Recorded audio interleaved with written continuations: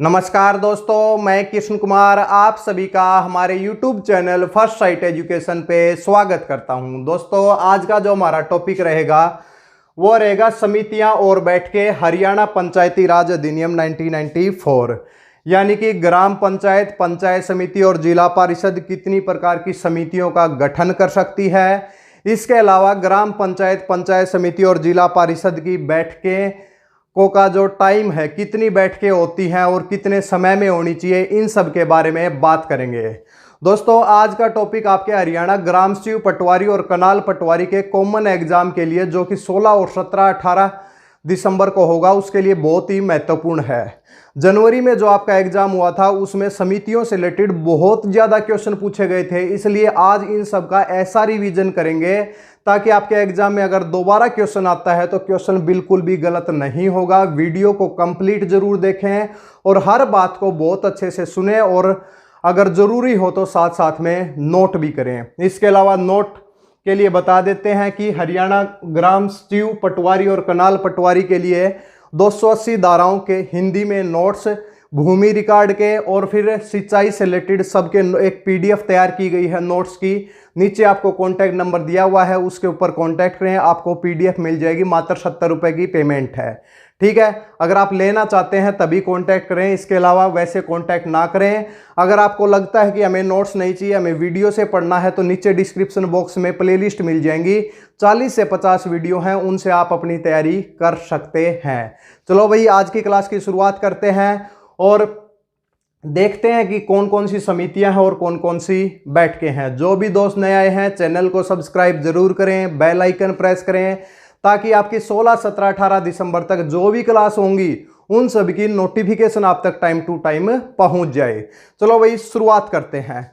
सबसे पहला क्वेश्चन आज का हमारा है कि ग्राम पंचायत कितनी प्रकार की उप समितियों का गठन करती है। बिल्कुल ध्यान से सुने भाई, ग्राम पंचायत कितनी प्रकार की समितियों का गठन करती है। तो हरियाणा पंचायती राज अधिनियम 1994 के अनुसार धारा नंबर 22 में ग्राम पंचायत की उप समितियों की बात हुई है। पहला क्वेश्चन तो वैसे हो गया, कितनी प्रकार की करती है।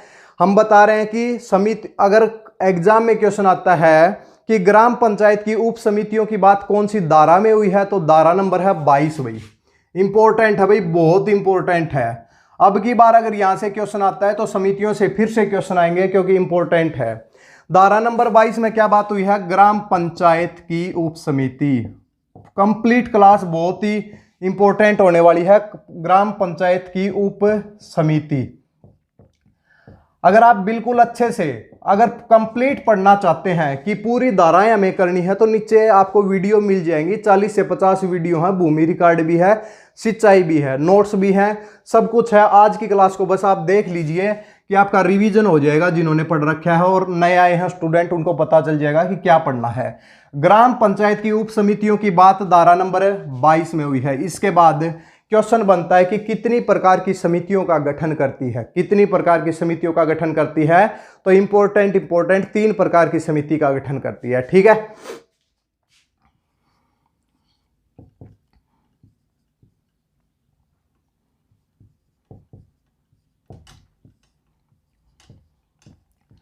पहली समिति कौन सी है भाई, उत्पादन उप समिति। सेकंड कौन सी हो जाएगी, सुविधाओं के लिए उप समिति। सुविधाओं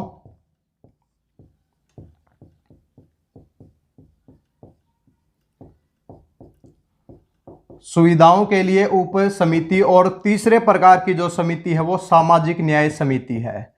सामाजिक न्याय समिति। देखिए, हरियाणा पंचायती राज जो अधिनियम है, सबसे पहले हमने स्टार्ट किया था आपका ग्राम सचिव के बाद। अब लोग आपको धारा जरूर बता देंगे, धारा नंबर 22 में यह बात हुई है, लेकिन जर्नल क्वेश्चन आपको यहीं पे मिलेंगे। देखिए, धारा नंबर 22 में ग्राम पंचायत की उप समिति की बात हुई है। कितनी प्रकार की उप समिति हैं, 3 प्रकार की उप समिति हैं। इसके बाद तीसरा क्वेश्चन हमारा बनता है कि इन उप समिति में सरपंच को मिलाकर कम से कम कितने सदस्य होने चाहिए। तीसरा क्वेश्चन लिखो भाई, ये कौन सा हो जाएगा, सेकंड हो जाएगा। और अब थर्ड में आते हैं, तो सरपंच को मिलाकर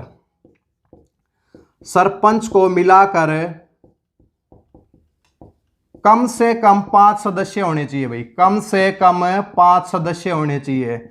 पिछली बार क्वेश्चन पूछा गया था कि पंचायत समिति में कितने सदस्य हो सकते हैं, ज्यादा से ज्यादा कितने सदस्य हो सकते हैं, तो वहां पर आपको 6 लिखना था। ठीक है, और यहां पे अब की बार पूछा जाए कि ग्राम पंचायत की उप समिति में सरपंच को मिलाकर कम से कम कितने सदस्य होने चाहिए भाई, 5 सदस्य होने चाहिए। कितने होने चाहिए, 5 सदस्य होने चाहिए। अगले क्वेश्चन की तरफ बढ़े भाई। अगला क्वेश्चन क्या है, अगला क्वेश्चन ये है कि उत्पादन उप समिति और सुविधाओं के लिए उप समिति का चेयरमैन कौन होता है भाई। जब समिति बनाई गई, कमेटी बनाई गई, तो इसका भी कोई न कोई तो चेयरमैन भी होगा। तो याद रखें भाई, बिल्कुल ध्यान से सुने कि उत्पादन उप समिति और सुविधाओं के लिए उप समिति का जो चेयरमैन कौन होता है, सरपंच होता है भाई।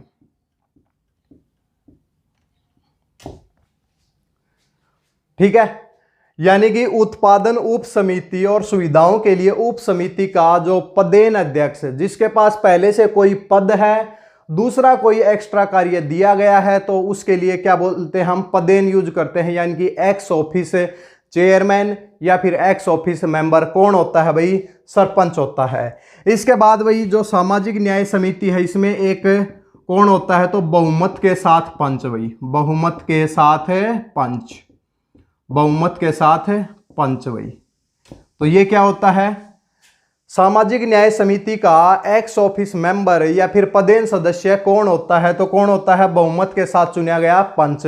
और सरपंच कितनी समिति का वो पदेन अध्यक्ष होता है, उत्पादन उप समिति का, सुविधाओं के लिए उप समिति का कौन होता है, सरपंच होता है। तो क्लियर है भाई, धारा नंबर 22 क्लियर है। धारा नंबर 22 के अंतर्गत ग्राम पंचायत की उप समिति की बात हुई है। कितनी प्रकार की उप समितियां हैं, 3 प्रकार की हैं। उत्पादन उप समिति, सुविधाओं के लिए उप समिति, सामाजिक न्याय समिति। उत्पादन उप समिति और सुविधाओं के लिए उप समिति का जो पदेन सदस्य सरपंच होता है, सामाजिक न्याय समिति का बहुमत के साथ पंच होता है। सरपंच को मिलाकर कम से कम 5 सदस्य होने चाहिए। बिल्कुल क्लियर हो जाना चाहिए। ठीक है, स्क्रीनशॉट लें, फिर आगे की तरफ बढ़ते हैं।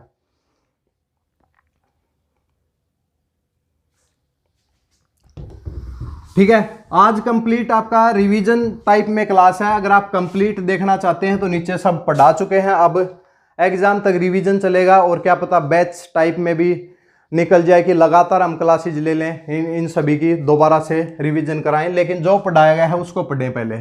इसके बाद आ जाओ भाई धारा नंबर 83 भाई, धारा नंबर 83।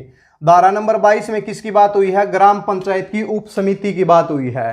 धारा नंबर 83 में पंचायत समिति की कमेटियों की बात हुई है। किसकी है भाई, पंचायत समिति की कमेटी भाई, पंचायत समिति की कमेटी। और कमेटी को हिंदी में समिति बोलते हैं। पंचायत समिति की समितियों की बात कौन सी धारा में हुई है, धारा नंबर 83 में।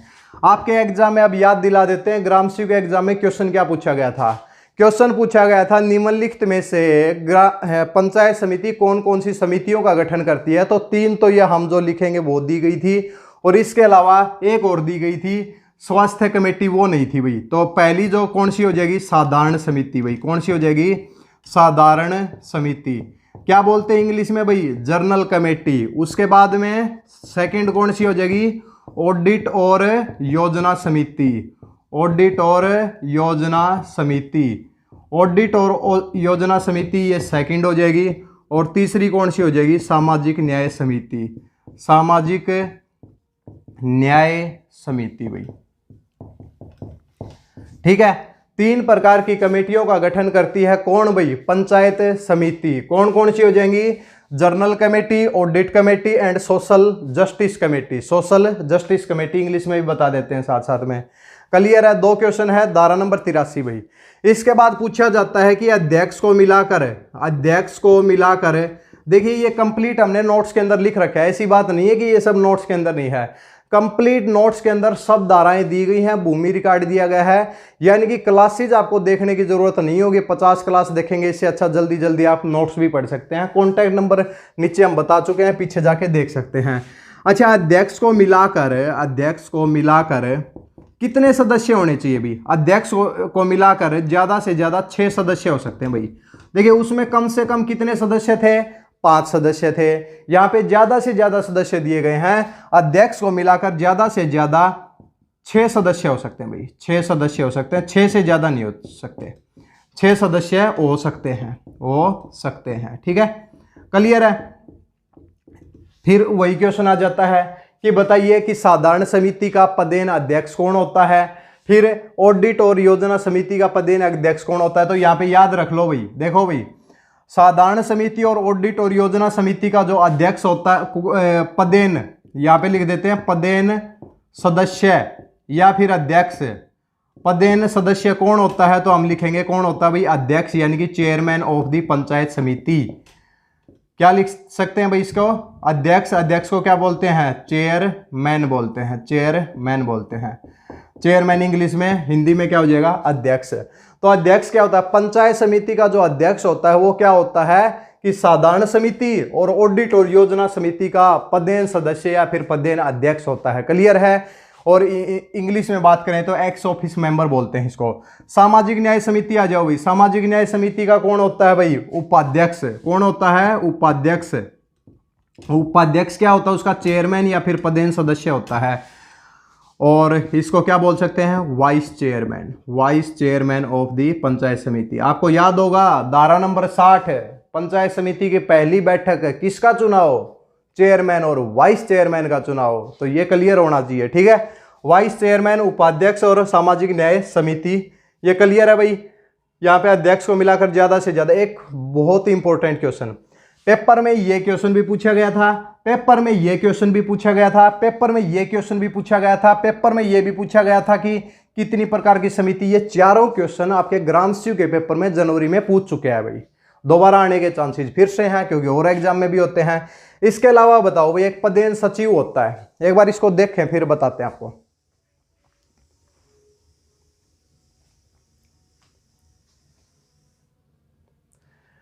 इसके अलावा एक पोस्ट तो क्या होती है, पदेन सचिव होता है भाई। पंचायत समिति का जो पदेन सचिव, सचिव मतलब सेक्रेटरी, सेक्रेटरी क्या करता है, कागज कार्रवाई करता है भाई। ये तो मीटिंग के अंदर भाग लेते हैं, जो भी मीटिंग के अंदर ब्यौरा निकलता है उसको भाई नोट डाउन करने का, आगे पहुंचाने का काम किसका होता है, सेक्रेटरी का होता है, सचिव का होता है। तो एक क्वेश्चन ये भी पूछा गया था कि पंचायत समिति का पदेन सचिव, पदेन सचिव यानी कि सचिव क्या है, सचिव के पास भाई पदेन इसलिए लगा दिया हमने, एक्स ऑफिस है भाई। ये क्या है, एक्स ऑफिस है। एक्स ऑफिस का मतलब ये होता है कि किसी व्यक्ति के पास पहले से कोई पद है, उसको अतिरिक्त अगर कार्यभार दिया गया है तो उस डिपार्टमेंट के लिए वो क्या हो जाता है, एक्स ऑफिस मेंबर हो जाता है भाई, ठीक है। तो पंचायत समिति का पदेन सचिव कौन होता है भाई, तो कौन होता है भाई, कार्यकारी अधिकारी। कौन होता है, कार्यकारी अधिकारी, यानी कि इंग्लिश में बात करें तो एग्जीक्यूटिव ऑफिसर, एग्जीक्यूटिव ऑफिसर होता है। देखिए पदेन सचिव कौन होता है, कार्यकारी अधिकारी और एग्जीक्यूटिव ऑफिसर।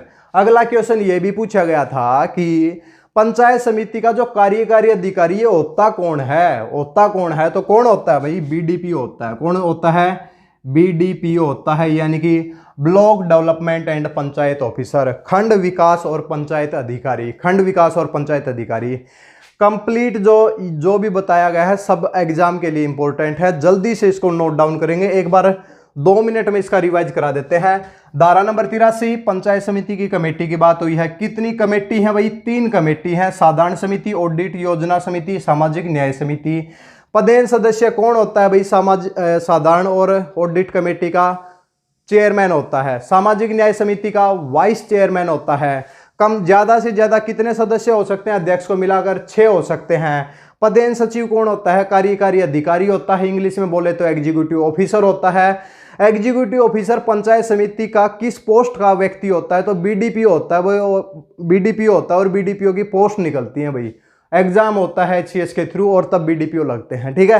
क्लियर है भाई ये सभी, इसका स्क्रीनशॉट लें, फिर एक आगे की ओर तरफ बढ़ते हैं।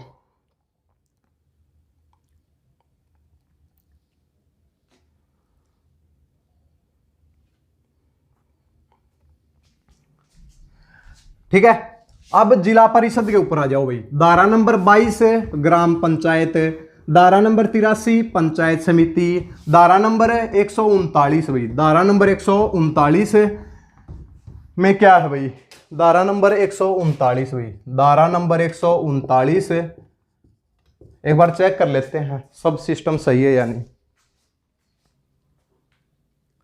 ठीक है भाई, धारा नंबर 139, धारा नंबर 139 में क्या दिया गया है, ये देखिए भाई, धारा नंबर 139 में दिया गया है कि जिला परिषद की कमेटी, भाई क्या हो जाएगा, जिला परिषद की कमेटी।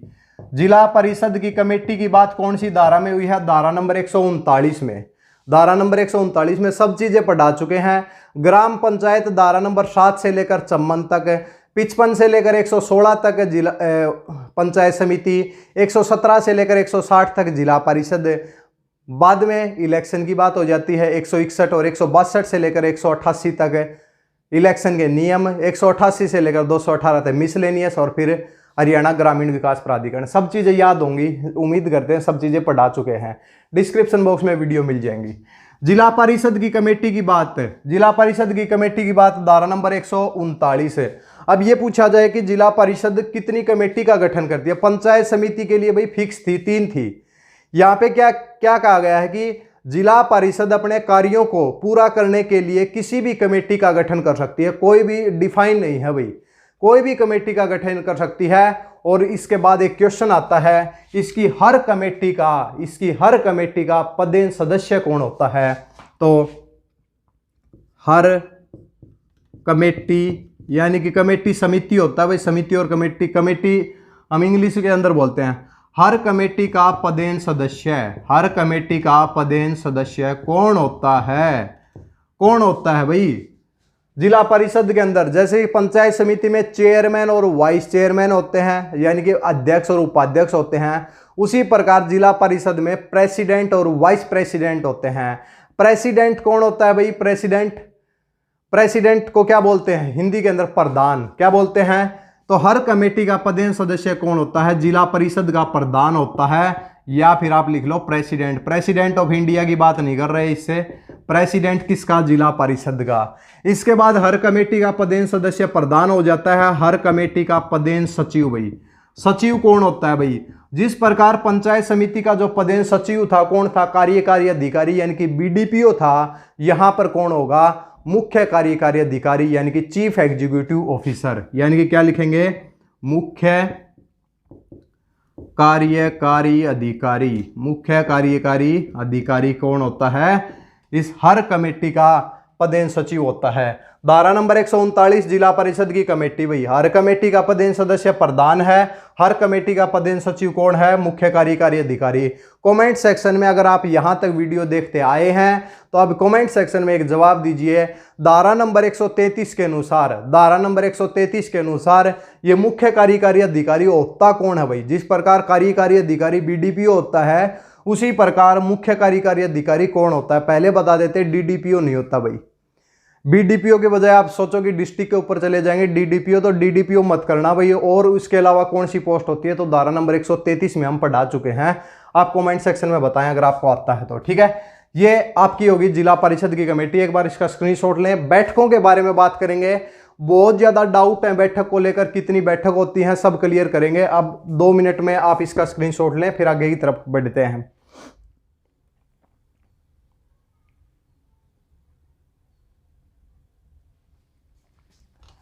ठीक है भाई, अब देखो भाई बैठक की बात कहां पे हुई है। सबसे पहले आ जाओ भाई धारा नंबर 11। भाई धारा नंबर 11 में क्या है, ग्राम सभा की बैठकों की बात हुई है। सबसे पहली बात है ग्राम सभा, भाई क्लियर कर लो भाई, क्योंकि अपडेट डाटा आपको ग्राम सभा की बैठक बिल्कुल अपडेट डाटा है, क्योंकि अलग अलग पीडीएफ आप डाउनलोड करते हैं गूगल से, जो भी है अलग अलग डाटा होता है। बिल्कुल अपडेट डाटा में बात कर रहे हैं आज के टाइम। ग्राम सभा की बैठक, भाई ग्राम सभा की बैठक, ग्राम सभा की बैठक व कोरम की बात है। कोरम भाई, कोरम मतलब क्या होता है, कोरम होता है एक मीटिंग को, एक बैठक को भाई संचालन करने के लिए कम से कम कितने सदस्य होने चाहिए।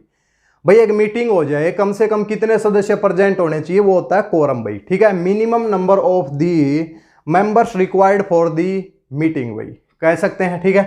कोरम कौन सी धारा है, सबसे पहली तो लिखेंगे धारा नंबर 11। भाई आज बहुत इंपॉर्टेंट क्लास है, धारा नंबर 11। अच्छा होता कौन है भाई, कितनी की बैठक होती कितनी है। सबसे पहली बात लिख लेते हैं भाई, 3 बैठक होती हैं। अब हम ये हरियाणा पंचायती राज एक्ट 1994 के अनुसार बता रहे हैं, जो कि अपडेटेड है। ठीक है, ये नहीं कि भाई अब हम चेंज कर रहे हैं कि 2 होती हैं, 1 अक्टूबर में होती है, ये है जो एक्ट में लिखा गया है उसके हिसाब से बता रहे हैं। 3 बैठक होती हैं भाई। कितनी होती हैं? 3 बैठक होती हैं। कोरम क्या होना चाहिए भाई? 1/10 होना चाहिए। कोरम क्या होना चाहिए? 1/10 होना चाहिए भाई। ठीक है, या फिर क्या होना चाहिए? 300 सदस्य होने चाहिए। कौन सी भी चीज हो वही लागू हो जाएगी। देखिए, कोरम कितना होना चाहिए? ग्राम सभा की बैठक के लिए 1/10वां हिस्सा होना चाहिए और 300 सदस्य होने चाहिए। अब कुछ दोस्त पूछेंगे कि सर ये ग्राम सभा और ग्राम पंचायत में क्या अंतर है? ग्राम पंचायत को भाई आप चुनते हैं, सरपंच पंचों को चुनते हैं, तो उनको मिला के सरपंच और पंचों को मिलाकर क्या बनती है? ग्राम पंचायत बनती है। तो आप कहां पर आए? आप ग्राम सभा के सदस्य हैं। जितने भी गांव में जो वोटर्स होते हैं, वार्ड के अंदर जितने भी वोटर्स होते हैं, वो मिलकर किसका निर्माण करते हैं? ग्राम सभा का निर्माण करते हैं। किसका निर्माण करते हैं? ग्राम सभा का। ग्राम सभा स्थायी है, ग्राम पंचायत 5 साल के बाद बदल जाती है, तो अस्थायी है भाई। ठीक है, क्लियर है? ग्राम सभा का कोई इलेक्शन नहीं होता, वोट बन गया, ग्राम सभा का सदस्य बन गए, बस बात खत्म। ठीक है, 3 बैठक है, 1/10 और 300 सदस्य है। इसके बाद आ जाओ भाई ग्राम पंचायत।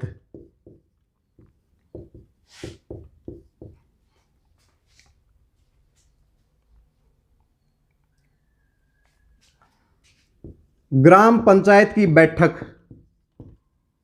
कितनी होती है भाई? ग्राम पंचायत की बैठक कितनी होती है? ग्राम पंचायत की 1 महीने में कम से कम 2 बैठक होनी चाहिए भाई। 1 महीने में, तो भाई 1 साल में कितनी? पहले तो धारा लिख लो भाई। धारा नंबर कौन सी है? धारा नंबर 13 भाई।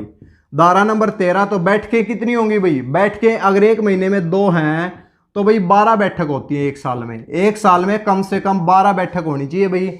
सरपंच और पंचों को 12 बार बैठना पड़ेगा कम से कम एक साथ में। ठीक है, तो ग्राम पंचायत की बैठक धारा नंबर 13, 12 बैठक होनी चाहिए। ग्राम सभा की बैठक 3 बैठक होनी चाहिए, 1/10 उसका कोरम होना चाहिए, यानी कि जितने मेंबर्स हैं, वोटर्स हैं गांव में, मान लिया 2000 वोटर्स हैं, तो कम से कम भाई 200 तो होने चाहिए। अब 200 का क्राइटेरिया आ गया, तो ये नहीं चलेगा।